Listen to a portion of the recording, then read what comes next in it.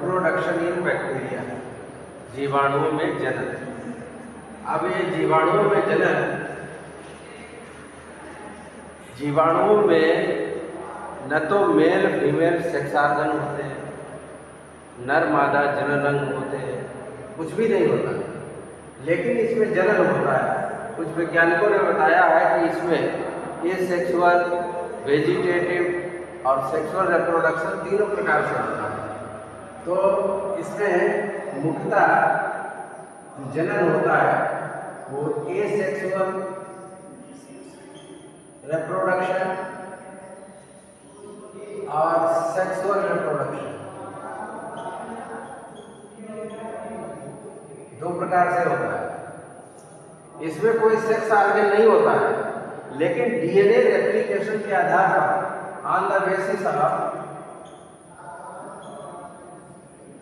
DNA replication, DNA replication के आधार पर इसमें सेक्सुअल रिप्रोडक्शन कुछ वैज्ञानिकों ने बताया। इससे पहले एसेक्सुअल रिप्रोडक्शन, इसके टाइप देख लीजिए। एसेक्सुअल रिप्रोडक्शन जो पहला होता है, जो सबसे फास्ट होता है, बाइनरी फ्यूजन,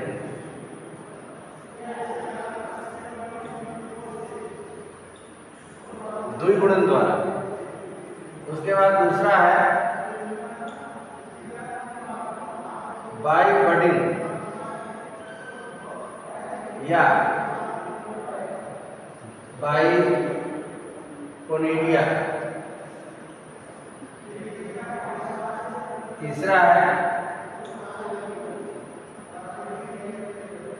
बाई इंडोस्पोर,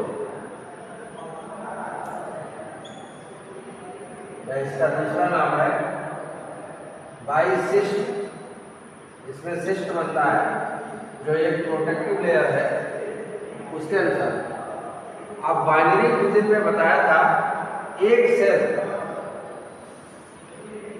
दो सेल में डिवाइड होती है, फिर वो सेल फिर दोबारा डिवाइड होंगी दो सेल में।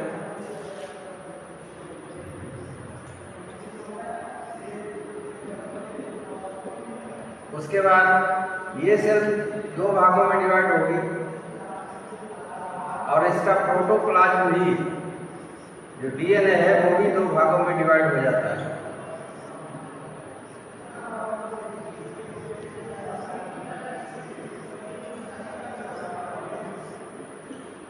ये सेल दो भाग में, ये दो सेल्स में, ये दो सेल्स में, ये दो सेल्स में। ये मदर सेल है, ये डॉटर सेल्स है। बडिंग में कोई बैक्टीरिया, जो लॉन्ग बैक्टीरिया होते हैं, उन्हीं में बडिंग द्वारा होता है। यहाँ से इनका प्रोटोप्लाज्म आउटग्रोथ के रूप में बाहर निकलता है और उसमें डीएनए पार्ट होता है, इसे हम बड कहते हैं। ये अनुकूल परिस्थिति में बैक्टीरियल मदर सेल से बड अलग हो जाती है और न्यू बैक्टीरियल सेल का निर्माण करती है। ऐसे ही यहाँ से किसी एक सिरे पर चैन के रूप में कोनिडिया बनते हैं। ये गोलाकार संरचनाएं चैन के रूप में बनती हैं, उन्हें हम कोनिडियोफोर कहते हैं। कोनिडियोफोर। और इनकी एक सेल को कोनिडिया कहा जाता है। अनुकूल परिस्थिति में ये कोनिडिया अलग होकर नई सेल का निर्माण करते हैं। अच्छा, ये बाइनरी फ्यूजन जो होता है वो छोटे जीवाणुओं में होता है, जैसे कोकस बैक्टीरिया, बैसिलस बैक्टीरिया। ये बडिंग और कोनिडिया का निर्माण ये बड़े बैक्टीरिया में होता है, जैसे फ्लैजिलेटेड बैक्टीरिया होते हैं, स्पाइरल आकार के होते हैं, सर्पिलाकार होते हैं, इन्हें स्पाइरुलम बैक्टीरिया कहते हैं। उनमें मुख्य रूप से बडिंग या कोनिडिया द्वारा रिप्रोडक्शन होता है। उसके बाद इंडोस्पोर है, ये प्रतिकूल परिस्थिति है।